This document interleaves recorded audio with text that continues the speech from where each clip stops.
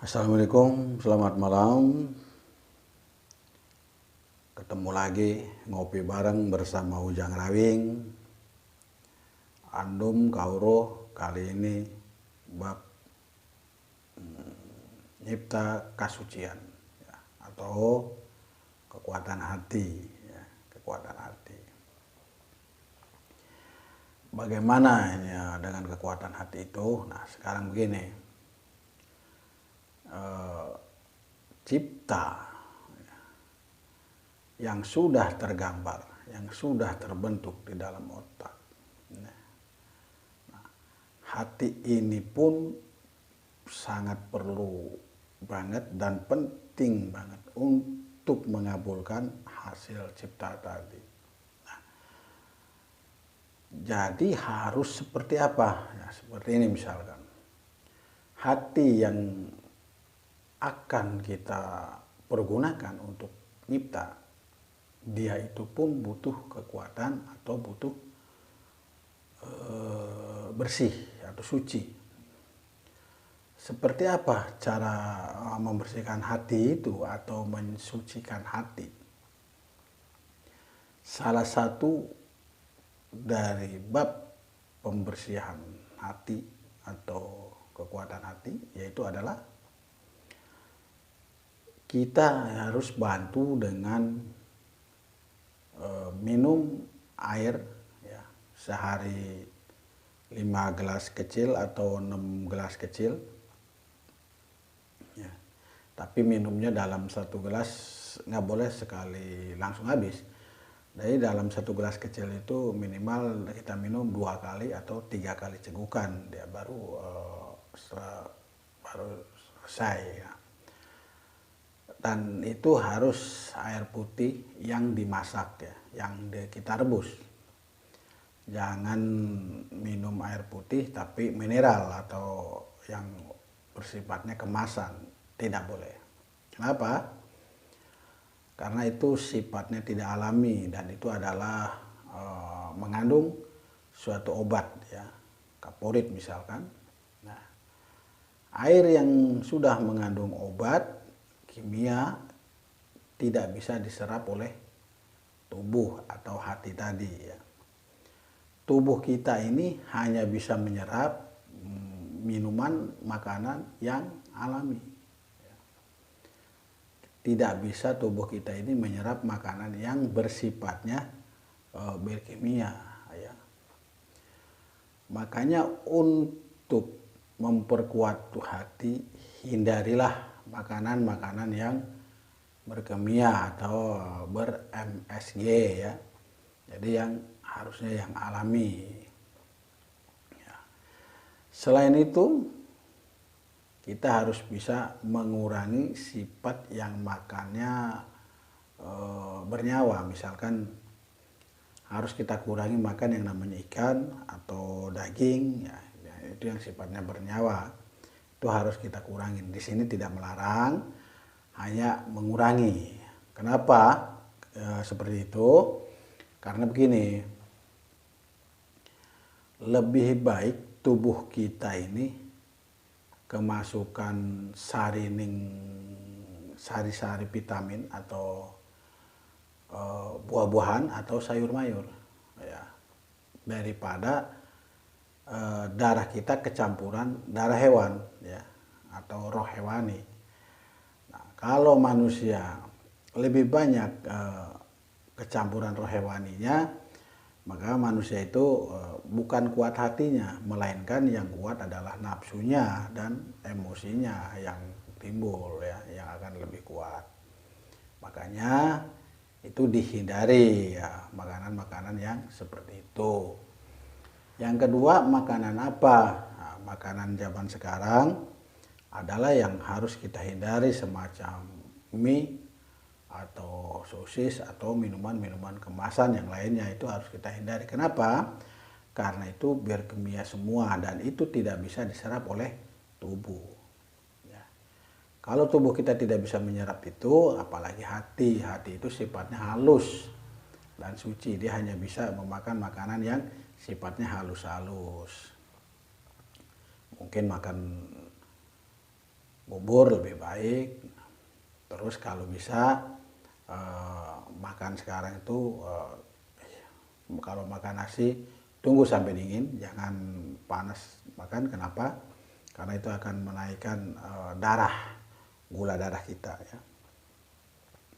Kalau seseorang gula darahnya sudah tidak normal, ya pasti cara dia mencipta konsentrasi hatinya tidak akan kuat. Ya. Terus yang ketiga, perbuatan, tingkah laku hati. Ya. Perbuatan hati itu apa? Ya. Hati ini selalu bertindak, berbuat, atau beraksi selalu yang baik-baik. Ya. Gak boleh bohong, dusta, nipu, atau jahil, tidak boleh. Ya. Yang diinginkan hati adalah ya, ibadah, beramal, dan sodako. Sodako ini apakah sangat berhubungan dengan hati ataukah sangat penting dengan hati? Justru dengan sodako ini sangat-sangat penting sekali buat hati. Misalkan seperti ini. Kalian bersodako atau beramal kepada orang yang membutuhkan, maka hati dia merasa menerima. Saking senangnya hati dia merasa menerima bantuan atau pemberian dari kita, itu sampai gemetar, bergetar tinggi hatinya itu, berdenyut bahasanya, atau apa, bergejolak ya, dan bergetar. Getaran itu akan sampai ke dalam hati kita. Sesama sifat halus ya, sesama sifat halus sudah sampai. Nah, kalau sifat halus kita sudah sampai, sudah saling menerima dan sudah saling memberi ya, itu akan menguatkan hati kita. Nah, kalau hati kita sudah kuat, tentu dengan mencipta apa yang kita harapkan tadi, tentu akan lebih cepat terkabul ya. Untuk itu sifat sodakoh itu perlu banget digalakan. Nah, sodakoh itu banyak, selain dengan materi atau uang dan sebagainya. Kita bisa melalui cipta dengan perbuatan baik kita, dengan mendoakan kiri kanan tetangga kita semua, itu pun sudah sodakoh yang baik. Dan itu sangat didukung sekali oleh hati. Setelah itu, ini sudah kita bisa jalani semua. Nah, bab air tadi ya, yang sudah saya jelaskan tadi, air. Nah, air yang sudah kita minum yang diserap oleh tubuh tadi, di situ perlu ada dorongan supaya yang menyerap air itu tadi bukan cuma hati, tapi jantung, ginjal, daging, urat, semua sampai masuk ke tulang sumsum, otak, semua itu supaya bisa menjalar ke seluruh tubuh atau ke seluruh rohani kita, supaya tersiram oleh air itu tadi, yaitu dengan cara apa? Dengan cara seperti kita main angin, kita dorong dengan angin, dengan pernapasan. Nah, dengan pernapasan itu maka dorong. Nah, pernapasan seperti apa yang bisa mendorong benda cair tadi? Yaitu adalah pernapasan yang diatur seperti ini misalkan. Yang pertama adalah kita tarik dari lubang hidung kiri 8 sekon atau 8 denyut dengan seperti ini cara.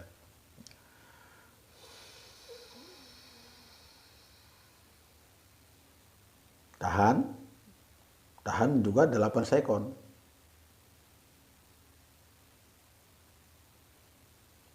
keluar 8 sekon juga, ya, tarik,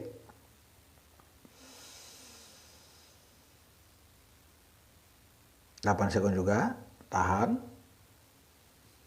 keluar 8 sekon juga. Nah, ini baru 1 kali. Nah, ini kalian lakukan 20 kali, ya, sehari, 20 kali.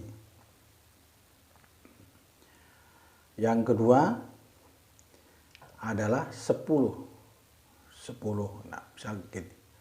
Ambil 10,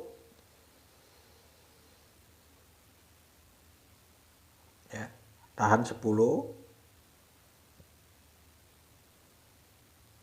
keluar 10. Sekarang balik, tahan 10 juga, keluar 10. Nah, ini hitungannya 1 kali juga, ya. Kalian lakukan ini 20 kali, ya, dalam sehari. Lalu apakah sampai sini? Oh, tidak, masih ada selanjutnya, yaitu bab yang ketiga. Yang ketiganya adalah kita naikkan lagi angin tadi melalui tadi 10-10, ya. Sekarang melalui 15. Tarik 15, ya.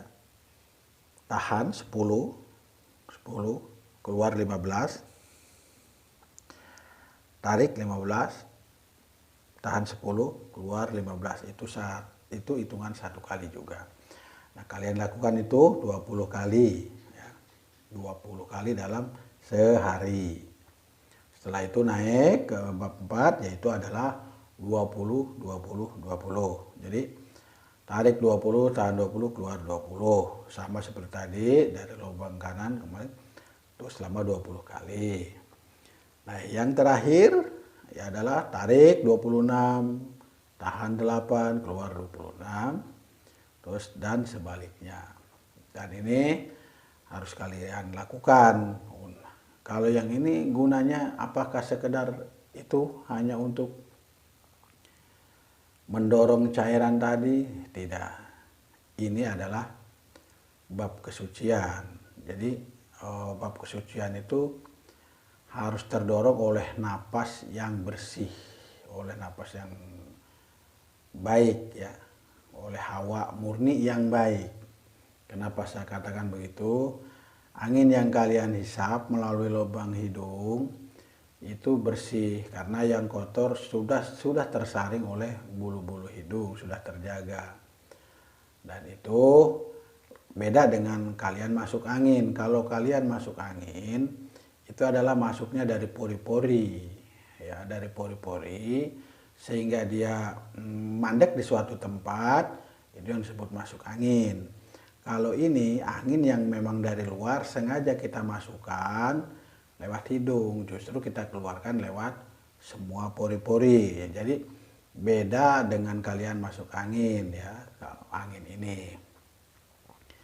Dan angin ini bisa menyapu yang namanya sifat kotoran yang nempel di dalam organ tubuh Anda, misalkan jantung, hati, ginjal, paru-paru, asma. Nah, demah itu tadi, lambung bisa kesapu oleh angin yang seperti ini.